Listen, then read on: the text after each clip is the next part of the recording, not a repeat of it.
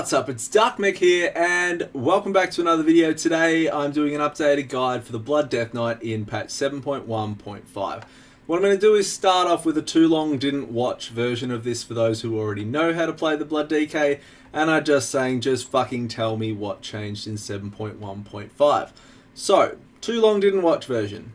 Everything stays the fucking exact same as you were doing. Talents wise, everything is the same. The only exception to this is Blood Drinker, which you will be taking for all raid use and single target. And single target I also mean applies to things like high level Mythic Plus bosses with tyrannical affixes and things like that. So Blood Drinker, as I sit in this chair, as I make this video, as 7.1.5 has been released, is fucking crazy. Blood Drinker scales from haste. I don't know if this was intended or not. At the moment I have a 2.3 second channel instead of the 2.5 second channel. The ticks can also crit. This goes for the heal as well. Haste does not affect the cooldown, however, as that would have been utterly fucking broken. So it's a channeled ability, so all the normal rules that apply to channels apply to Blood Drinker as well. You can use AMS though, you can use Vampiric Blood, and you can use Icebound Fortitude whilst channeling it without breaking though. Bone Shield charges were changed. They now work as they were supposed to. They only get removed via melee swings or if you've taken Spectral Deflection. Stats wise, we're still the exact same for survivability, general build. You're going to go haste, versatility, crit, mastery. If you want more DPS, you can go haste, crit, versatility, mastery. And that is pretty much it. I'm not going to go over the talent changes. The only other change that got a lot of talk about was Rune Tap being buffed to 40% damage reduction. Rune Tap will have its place in certain encounters like Cenarius Spear, for example. However, otherwise, Foul Bulwark is going to be your default choice over Rune Tap. So that is the too long didn't watch version. If that is all you needed to know, you may fuck off now and go about your business. If you are new to the Blood DK and looking to pick it up in 7.1.5, I'm going to give you a quick overview now. I'm going to try and be as comprehensive as I can without talking for a fucking long time, and hopefully give you a decent handle around the class and what you are supposed to do. So, I'm going to start off by going over the talents, guys. So talents wise, I'm not going to go through every single talent. I'm just going to tell you what to pick. So level 56, you have two options. Blood Drinker is your single target, your raid, or your tyrannical affix ability or talent you can take. And as I said, it's really fucking strong at the moment. Heartbreaker is your AoE one. So Heartbreaker is going to be great for dungeon grinding, for low level mythic pluses, or anything else. So single target, AoE if you want to break it down. 57, Rapid Decomposition. Even with the changes, Rapid Decomposition is still the default choice in this row. You can look at Spectral Deflection, but Rapid Decomposition is the #1 default pick. Level 58, Ossuary is still the #1 default choice in this one. So while you got 5 Bone Shield charges up, your cost of Death Strike is reduced. You also get 10 extra runic power. Ossuary is the way to go. Level 60, Red Thirst. Red Thirst is everything in this row. They may as well have just made 3 fucking Red Thirst icons. Pick Red Thirst. Level 75, you actually get to choose in this one. Tremble Before Me is fucking amazing for Mythic Pluses. It breaks up damage, it interrupts cast. Tremble Before Me for Mythic Pluses should be, or is the talent I would advise taking. March of the Damned is going to be your raid one. It's been buffed to 100% instead of 50%. It's a great mobility booster to DKs which really lack on the mobility front. And Tightening Grasp will reduce the cooldown on Gorfine's Grasp, which got reduced in 7.1.5 as well. It'll also slow your Death and Decay effect to 70% for enemies going through it. So Tightening Grasp also has application in Mythic Pluses as well. Level 90, Foul Bulwark is the default choice, as I was saying before. You're going to go with Foul Bulwark generally all of the time, except if there's those specific encounters you're going to with a thing like Cenarius' Spear mechanic, where you can take Rune Tap, but otherwise stick with Foul Bulwark. Level 100, guys, Bone Storm is pretty much the AoE Mythic Plus choice. The heal got buffed to 2%. Bone Storm is really good for AoE damage.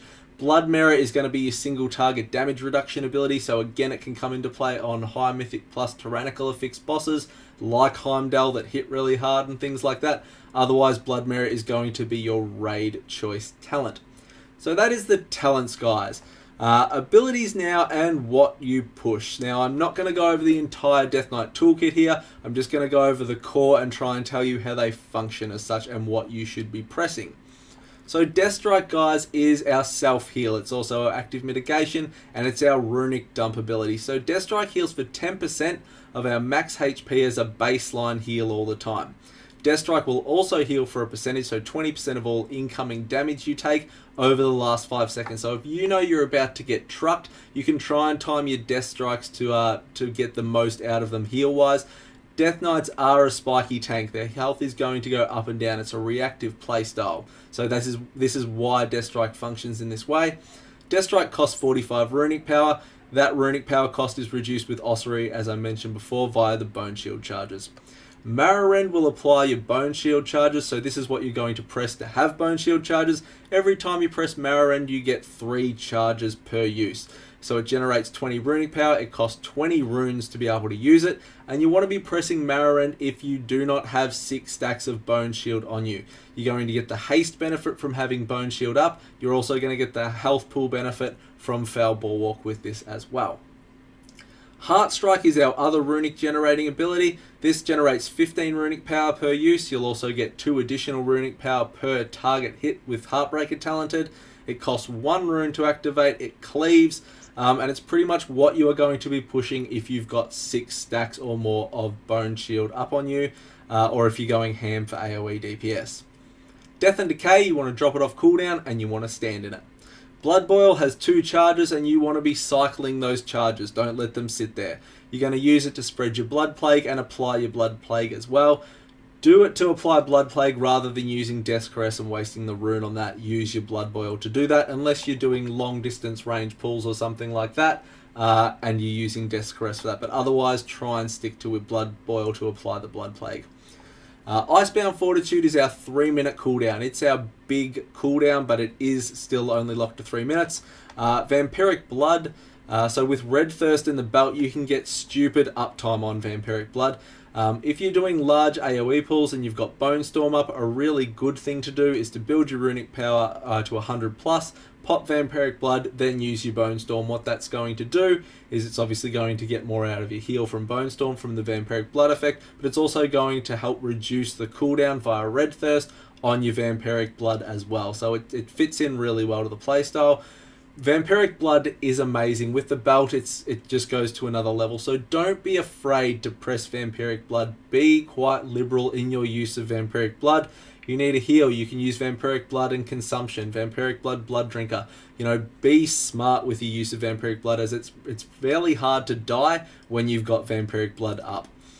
Dancing Rune Weapon is a huge parry boost when we need it defensively. It's also a DPS increase to use Dancing Rune Weapon. You can use it in that fashion as well. If you are getting smacked around and you're struggling to keep Bone Shield charges up, you can hit Dancing Rune Weapon, hit Marrow Rend, and you will have 10 stacks of Bone Shield on you straight away from the application of that from Dancing Rune Weapon.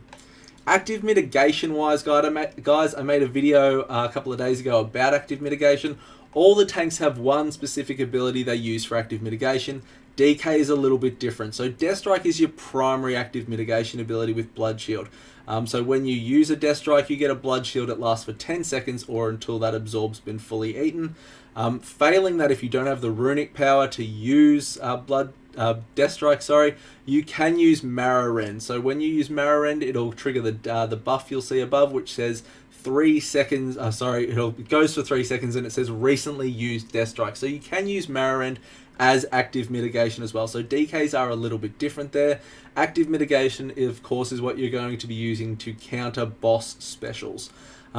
Utility and control wise, we have Death Grip, so grip an enemy towards you. It's great for control. You can also use this as an interrupt, so don't forget that if you've used Mind Freeze as an interrupt, you need to interrupt something else. You can use Death Grip mid-cast to interrupt that mob. Gorefiend's Grasp will grip all enemies within 20 yards of you to your location, so you can click on your own portrait and Gorefiend's, it'll grip them to you. Otherwise, if you've got a mob in mind, you can select that mob and it will grip all mobs within 20 yards of that to that mob. Again, you can use this as an AoE interrupt as well. If there's a number of casts going off around you, you can Gorefiend's and interrupt all of those as well. Asphyxiate, you strangle the motherfucker for 5 seconds. Again, just gives us more control and another lockdown in regards to casts and things like that. One thing that I haven't mentioned is AMS, so Anti-Magic Shell. Fantastic 5 seconds where we block out magic damage. Can also be fantastic in avoiding necrotic as well, so you can use it to stop early stacks.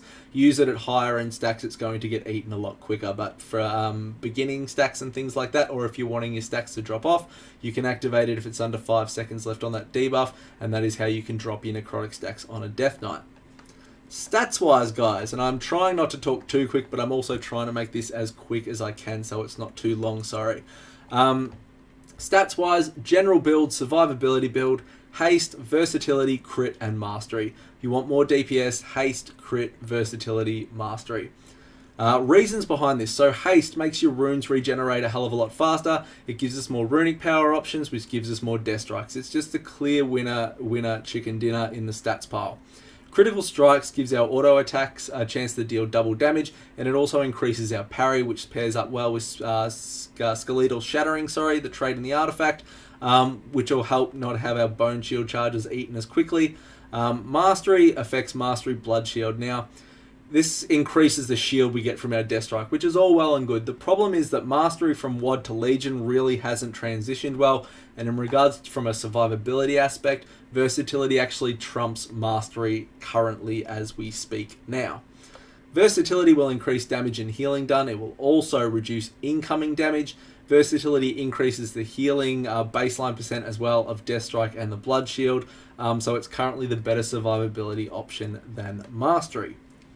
Enchants wise, neck you're going to put Mark of the Heavy Hide on there, then you're just going to belt out with haste. So rings are going to have Binding of Haste, cloak put Gift of Haste on there. Weapon wise, guys, DKs are in a unique position, I suppose, as we have rune forging that we can apply to our artifact weapons. So if you are undergeared and you are getting cornholed from sunrise to sunset, you're going to want to go with Stone Skin Gargoyle. If you are on par or current gear with your current content, there is no reason to use Stone Skin Gargoyle. Go with the Rune of the Fallen Crusader. Gems, you're going to want to use Haste again, Quick Dawnlight. Haste target you are wanting to aim for, I can't speak, 25 to 30%. If you can get 25 to 30% unbuffed haste, that's without bone shield up and things like that, blood is going to feel very fluent. If you're someone playing blood under 20% haste, it's going to feel a little bit sluggish. So really aim for that haste 25 to 30% sort of area. So onto the artifact, guys. Sorry, I fucked up. Onto the artifact now. I'm going to show you the pathways that have been set out now. So it was a little bit different to when I first did this. When I did it, I went to Unending Thirst and then I went to Skeletal Shattering, as that was kind of the way everyone was saying. Now it's a little bit different. So I'm going to show you the advised artifact pathways, let's say. So everyone is always going to start at Consumption. Consumption is our artifact ability. 45-second cooldown, hits like a truck, good heal. You need a heal, use it. You don't, use it as a DPS. 45 seconds, it circles quickly, make sure you're using it. Now, every pathway always goes to the right. Now, I'm not going to read over all these minors, but we're going to come down the right side first and we're going to pick up Unending Thirst. This is the first way we're going to go. You've then got some options, and this is where the pathways differ. So on one of them, you can come down and you can pick up Umbilicus Eternist as your second path. So that'll be your second pathway. You then go and pick up Mouth of Hell. From there, you would then go and pick up your third golden, which is Skeletal Shattering. Then from Skeletal Shattering, we'd come back, we'd pick up Blood Feast. We'd then come back up to Affinity, and we'd pick up Dance of Darkness and Meat Shield. And then we would finish it off with Coagulopathy as the last one. So that is one of the trait paths that you can take. 7 pathways in total. That is one of your options. The other option that you have that I am going to show you, and this is the Wowhead recommended pathway. Again, starting off at Consumption, going to the right again, as all of the pathways I've ever seen do. Unending Thirst, it's the first one we're going after.